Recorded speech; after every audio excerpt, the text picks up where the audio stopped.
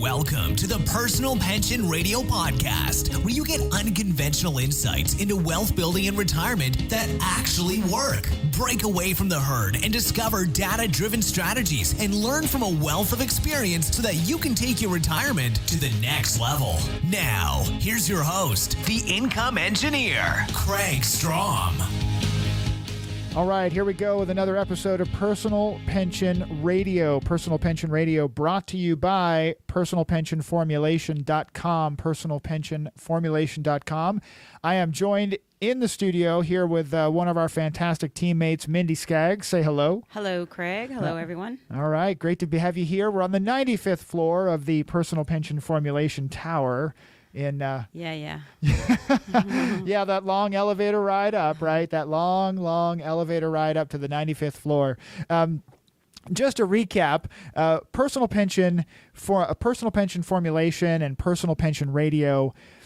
Our mission is to help our audience members, to help our clients be better prepared for retirement. And that what retirement really means is to be prepared for income in retirement and lifestyle in retirement. But today, what we're going to talk about is probably one of the most important things that we've actually talked about on the show is what if life throws you a detour? What if you're working on retirement, everything seems like it's going in the right direction, and then life throws you a roadblock or a detour? And Mindy is actually joining us today because she has an amazing story of life throwing up a roadblock, I don't like that word throwing up. Well, yeah, I've had roadblocks and detours in my life for sure. You've actually had, I was just going to say, roadblocks, speed bumps, open trenches. I mean, you've had some one heck of a story that we're going to talk about today. Mostly cliffs. Exactly. Big cliffs. Yeah. So, Mindy actually joined our team here at personalpensionformulation.com just a few years ago, and this is something we've talked about for a long time, actually having Mindy on the podcast to share her story, because I think it can be extremely powerful to hear personal experiences to help motivate people to take action in their lives to protect themselves and their family. So we're going to get into that here in just a moment, but Mindy knows that I love to start with a favorite quote. So I asked her to share a favorite quote. What have you got there, Mindy? Well, speaking of detours, this has come to me because of my detours, and it's you will come to know that what appears today to be a sacrifice will prove instead to be the greatest investment that you will ever make. That's a quote by Gordon B. Hinckley, and I love that because I'm hoping that the sacrifice I'm making today really does end up to be a great investment, and it's looking like it's going to be. That's good. No, I love that. It's actually very inspirational because I often say that in my own life, not having gone through the challenges, for example, though, that you've gone through, but I've said it that I don't want to learn anymore. I know. I just want to sit on the couch and not have any more life lessons, right? Exactly. Like, no more. The life lessons that you go through, you learn the most. So let's do this. Tell me about your family. Tell me about kids. I have great kids. You have great...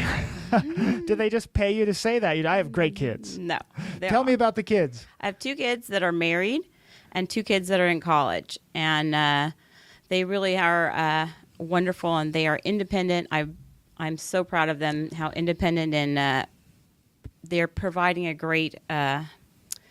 life for themselves. So excellent. Awesome. Now run through them though. Who's the oldest?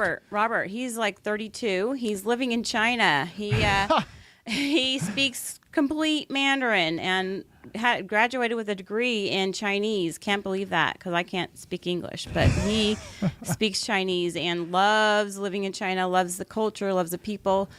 And just had a great opportunity there to go work and start a business there. I think you're actually going to visit them later this year, aren't you? I am. I'm going in November to visit them. I can't wait. So outstanding. Exciting. So who's that? Who comes in after Robert? Yeah, then we have Donovan. He's living in Vegas, and he has, I forgot, Robert has 2 of my grandkids. Okay, so you took 2 of your grandkids to China. He took them to China. Then my other grandchild is with Donovan in Vegas, not too far from where we are in California, so it's awesome, and I get to see her. So I have 2 grandbaby girls and 1 grandbaby boy. So it's so awesome. Fantastic. Okay, who comes after this? So who comes after Donovan? Then I have Nathan. Nathan is going to school in BYU, Idaho, and he's just about finished. He wants to be a Spanish education teacher. Excellent. Sounds cool. Yeah.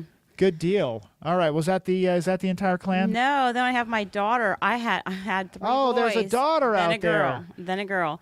My daughter is at BYU Provo. She swims for them. What's her name? Hannah. Hannah. She swims for BYU? She swims for BYU. She's doing awesome, and she is going to school. She just got into their public relations program there. Ah, fantastic. Fantastic. Yeah. And does that round it out? And that rounds it out. That's my kids. That's fantastic. Well, tell me, your background, are you, where are you originally from? Where'd you go to school? I am from Orange County. I was born. You're actually a California girl? Well, actually, I started out on the East Coast in New Jersey.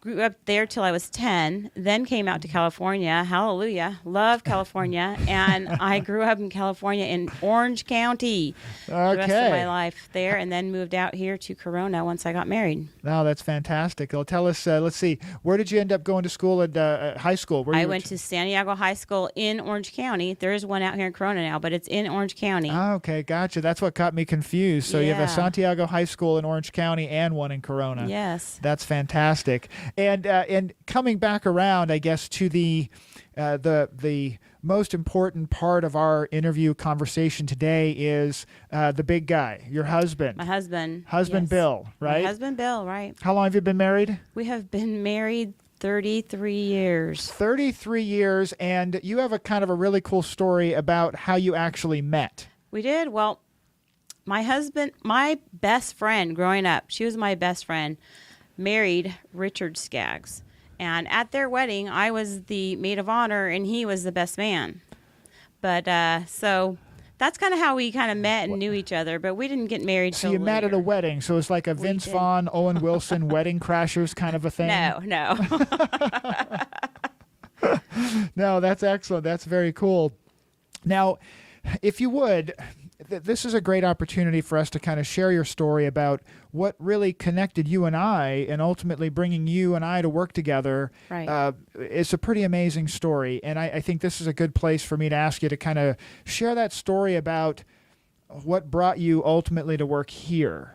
Right, yeah. My husband and I have a great love story. I fell in love with my husband right away, and we've just been totally in love since then. My husband, at 52 years old, he went to the gym every day. Well, 4 or 5 days a week. Very good shape. Right, I mean, right. Always in very good shape. Always played basketball, always was out there involved in everything. In fact, we went on a cruise right before. We went on a cruise in August, and he was playing basketball with kids that played basketball for high school. On the cruise ship? On the cruise ship with his brothers. Mind you, his brothers are very athletic also. Gotcha. So his brothers, and they challenged this high school group, and so proud of themselves because they beat this high school group. So they're very athletic. And always so they were took actually good care. victorious, right? Yes, they were. They won. I'm sure you did not hear the end of that. No, it was just like over and over. Yeah, we beat these high school kids. It was great. So, he's in very good shape. Took good care of himself. Went to the doctor. Did all the things you're supposed to do. So we're on a cruise with his family. Then Sunday night we get home. Monday morning he gets up, works for aerospace, goes to work very early. So at 5 a.m. he went to work. Right. And at 6 o'clock in the morning, he's talking to a coworker, telling him about our cruise and what's happening. Turned around and fell flat on the cement floor. Just went down. Right there at work. Just no indications of anything. No. In fact, he was talking to his coworker. Perfect. Which you usually have signs of a stroke. But and then he just fell out. He just fell straight down. How did you ultimately hear about it? So I got a call from his work, from Human Resources, and they said, your husband's fallen at work. You need to go to the hospital to see him. Now, mind you, my husband, he's a manager there, and he always says, I had to go to the doctor with this, employee that cut So he their was finger. always chaperoning somebody going to the hospital. And they're like, hey, they cut their finger. I have to go to the hospital with them. I'm like, oh, so he must have just done something dumb, and just it is nothing. So, but I decided to take my son with me, and I I took him with me to the hospital. We walk into the emergency room, and I seriously walked right past him because there were all these doctors and all this commotion around this person. I'm like, that's not my husband. I walked right by him, had to be ushered right back to him and saying, that's your husband. At that point, it went into shock mode. What?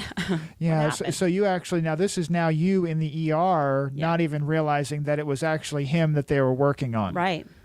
Wow. Gotcha. So when was it, as you look at what happened next? I mean, that's got to be very traumatic. I mean, you were just probably totally just out of your mind. Yeah, it was just crazy. Like I said, I was in shock. Didn't know exactly what was happening. And so after a little while, they did a CT scan, MRI, all these things, and said, your husband's had a stroke. And I'm like, what? Like, people that are 80 have strokes, not my husband who's 52. This is insane. Right. My basketball playing, victorious, gym going husband, that doesn't happen. No, it doesn't happen. And so I still was just like, I didn't know. I just followed what the doctor said. They said, you have to do this and that. And come to find out, because he fell, he couldn't have a certain stroke shot they normally have, and different things that ended up that he couldn't have the treatment that would have probably helped him, but he couldn't have that. Oh, because of the fall that actually happened because of the stroke. Exactly. Good night. So how long was he ultimately in the hospital? Yeah, so he was in the hospital there for about 2 weeks before they transferred him to Loma Linda. Oh, okay. Rehab center. Well, Loma Linda Hospital first. So he was in a regular hospital, went to Loma Linda, which specializes in stroke.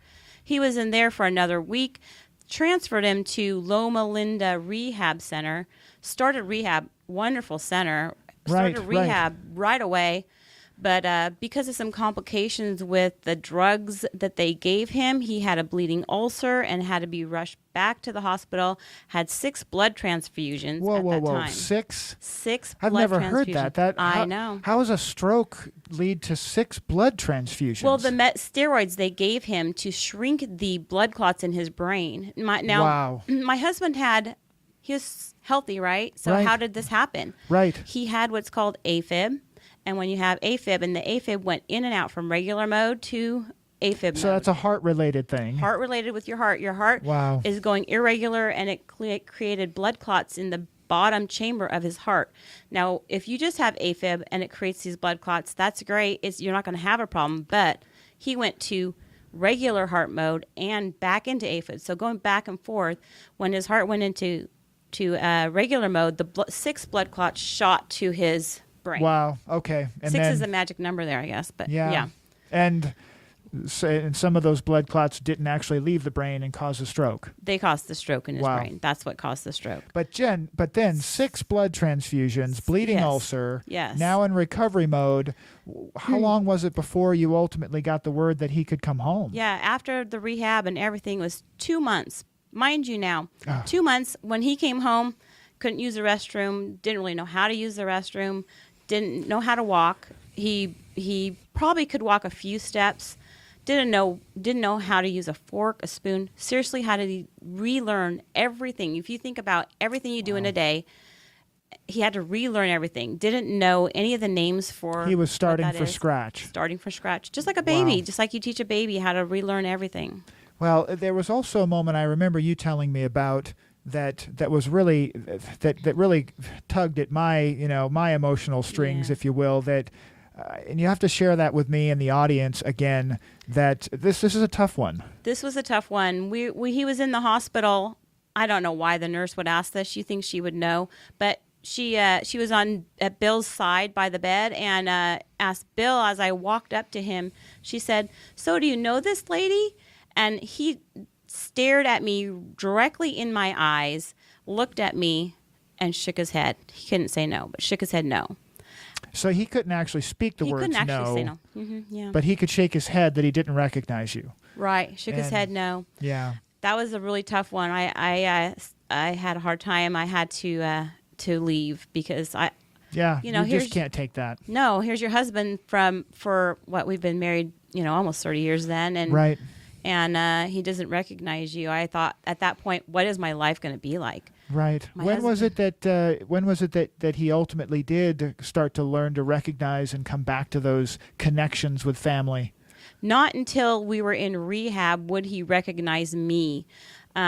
But he still to this day cannot say names. So it's very heart-wrenching for my children because he'll go up to my oldest, whose name's Robert, and can't say his name. He doesn't. Oh, okay. Is not able to still this day say his name. So he has an interesting condition. It's where he's unable to connect words in the proper way. How does that work? Yeah, it's called aphasia, and with aphasia, he wants to say cat, it comes out dog. He wants to say chair, and it comes out table. But he actually still does not have a name for a table or a chair. Like if you say, "What's this?" and you point to a chair, he doesn't have a name for it. There's still the names of things in his brain are gone. He hasn't been able to make those reconnections, huh? Right. Well, when you look at the situation that you're in now, I mean, Bill is and I know Bill, but Bill has come a long ways. You know, Long way. Bill has come a long ways as far as being able to relearn a lot of different things, right? Correct. Yeah. Correct. Now he walks. He goes to the gym. He knows his routine at the gym. He'll go and he's able to lift weights and do things at the gym. He walks around the neighborhood a lot.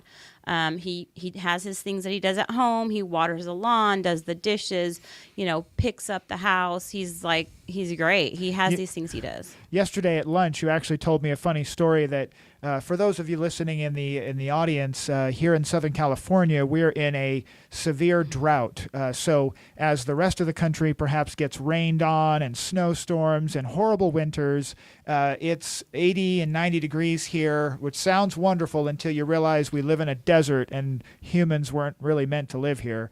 But Mindy's husband, Bill, has a very nice lawn. Yes, because that's his job is to water the lawn.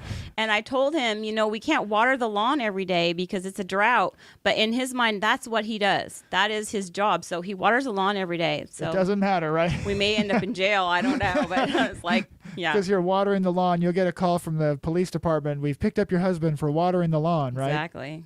Gotcha. Well, as you look back at things, one of the here at Personal Pension Radio, what we're focused on is helping people plan for retirement, plan for lifestyle, all of these things. And a key area to that is making sure that you have protection in place. What type of protection planning or planning in general did you have to fall back on when this happened? We just have life insurance without long-term care. What happened was I worked actually for the school district in insurance department, and I saw the teachers there that get long-term care, and I was like, Bill, chronic illness, type care. Okay. Mm-hmm. Yeah, and I thought, Bill, do we need this? Do we need this chronic long-term care stuff? Because I see all these people getting it, and he's like, you know what? I have missed in 30 years of working 2 days of work for being sick. There's nothing. We have up to a year. We're good. There's nothing that's going to happen to me in my life that's going to go beyond a year. I'm like, well, you're probably right because, you're super healthy. What is going to happen? And you just don't think about the things like this. No. You don't think about this. You had, clearly you had great medical care that helped with the recovery process. But as soon as Bill was leveled off in his recovery, no more, that wasn't covered by your medical. Exactly. There's a great rehab program. Loma Linda had a great rehab. He did speech therapy after that through the medical program. It was great. But after a point, there's a certain amount of weeks you can be on that. You're done. He has no more help. There's no more speech therapy, no more physical therapy. You are on your own. And it's interesting that you said, I've heard this in my practice many a times, especially from men, because we're immortal. It's never going to happen to us. And in all of his years of working, he missed 2 days of work and he goes to the gym and it's never going to happen to me. Exactly. That was his thought process. That's just, so just a note from me, just an impassioned note from me, the financial planner on the other side of the interview here today. If you're one of those guys, it can happen to you. It does happen. It happened to my father, 58 years old, cancer got him. Healthy guy, retired, 58 years old, and cancer popped up and got him. It happens. And here we are talking with Mindy. So the wives and on the other side of the conversation, it can happen. So make sure that you're having this conversation with each other. So you mentioned that you had life insurance. You did have some kind of life insurance out there, right? Exactly. We have $350,000. That's it. It does not have long-term care connected with it. There's nothing we can do with it unless he dies. Gotcha. So it's there. And it's interesting. I think you had actually had an agreement even to look into it at a point. It was right after the cruise, you said, right? Well, before the cruise, I was thinking, this is not enough. I just working in the industry a little bit before, I thought this is not enough. And my husband's like, you know what, you're probably right. I need to look into this. After the cruise, let me go to human resources, figure out how I can get more and what's going on. And it was too late. It was too late. A day after the cruise is when he had his stroke, so it was too late. Right. Mindy's actually mentioned something a couple of times here. I want to point out that there is life insurance today available from certain companies. Well, to be honest, probably only one company that really has this particular benefit, that you can get term life insurance, just inexpensive term life insurance that has a built-in provision that allows you to change that term insurance into long-term chronic illness protection if something like this happens. So there is protection for it that doesn't have to cost a lot of money. It actually doesn't cost any more than really regular term insurance. So if you've thought about updating your insurance portfolio, if you've thought about these things, if you're thinking about them now, contact us through personalpensionformulation.com. Get in touch. We'll help you. We'll explain how this stuff works. Exactly. Kraig, that's what brought me to work for you. I knew that when I had talked to you that and learned just these few things, that I am passionate about this. This is something that people need to know. I so wish I knew this. I so wish I knew that what was out there. And I really want to help people to become better prepared than I was. And I feel so strongly that even if you just get what you can, even if you start with something, it's better than having nothing. And so this really is why I came to work for you. Oh, that and it's something that I can still remember to this day when Mindy and I first talked about working together, and her passion for the type of work that we do here is one of the reasons that I was very much looking forward to having her join the team. And the whole time that we've worked together, Mindy has never shied away from sharing her story, never shied away from sharing her situation and what happened with Bill, and hopefully really inspiring other people to take the actions that they need to take.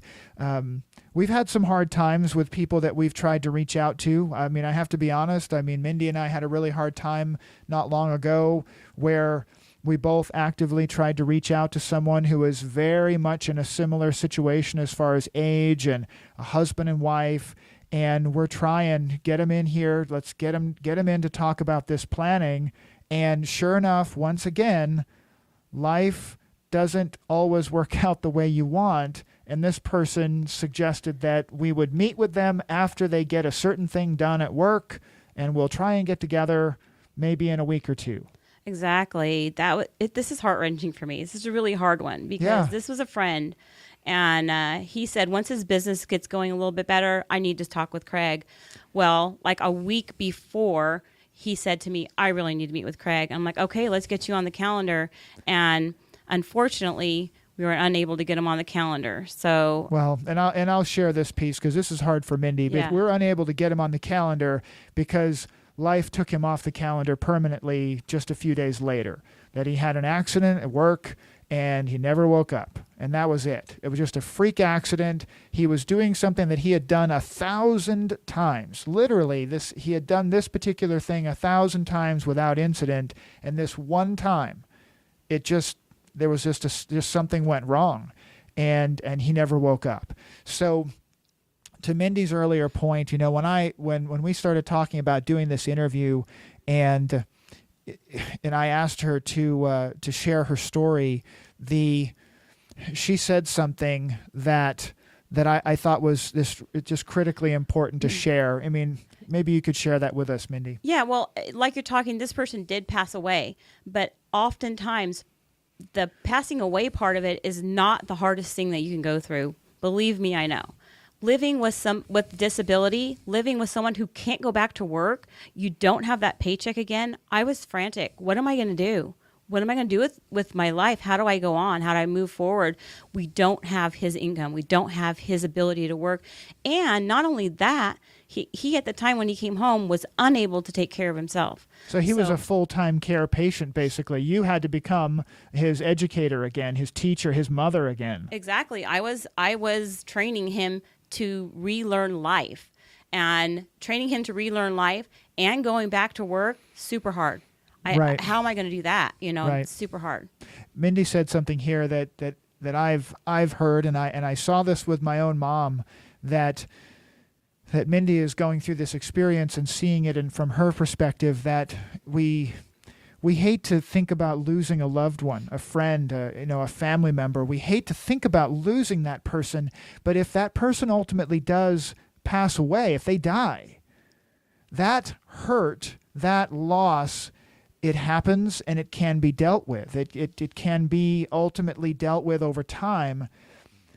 Sometimes the very hardest thing to do is to live with someone who survived. Exactly. Survived, and that memory, that feeling, and that reminder of where you were going, and the completely different direction that you're in now is every single day. Exactly. My best friend is gone. He's not the same person. The goals and dreams that we had for retirement are gone. They're not the same. They're not gone. They're changed. They're changed completely different. And so I love the fact that Kraig is very passionate about retirement and helping people with retirement because, for me, that retirement is changed. And you need to look at it from all ends and every possibility of things that could happen and every possible way that you can have your paycheck and you can have your lifestyle. You can have everything you have secure for the rest of your life.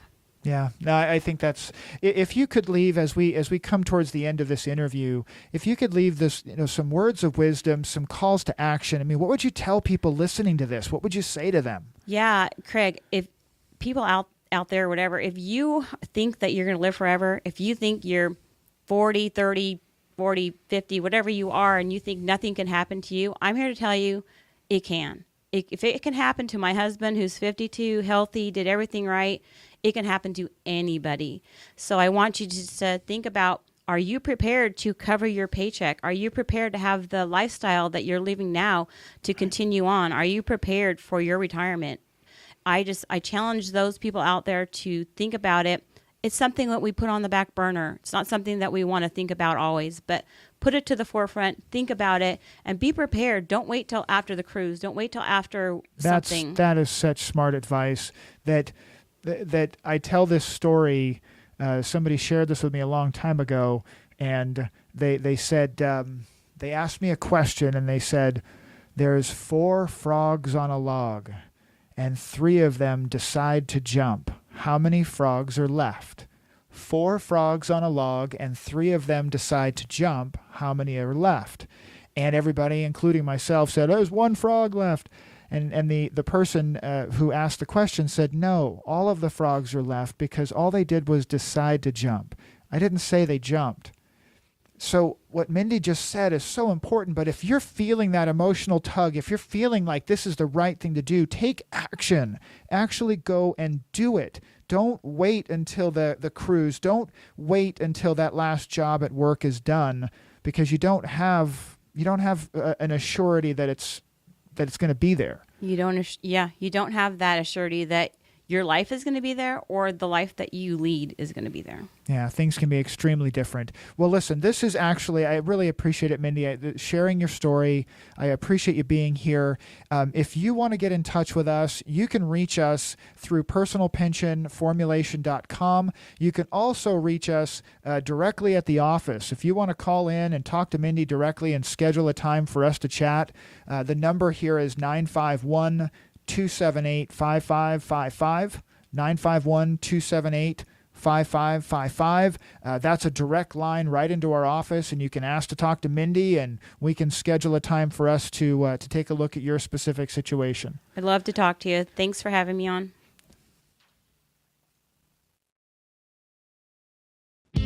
Thank you for listening to the Personal Pension Radio Podcast. If you missed anything during the show, that's okay. We took the notes for you. Check the show notes for links, offers, and a full transcript. And don't forget to head over to personalpensionradio.com and download your free retirement income report. While you're there, we'd appreciate some iTunes love. Please leave us a fantastic rating on iTunes by going to personalpensionradio.com/iTunes. Thanks again for listening.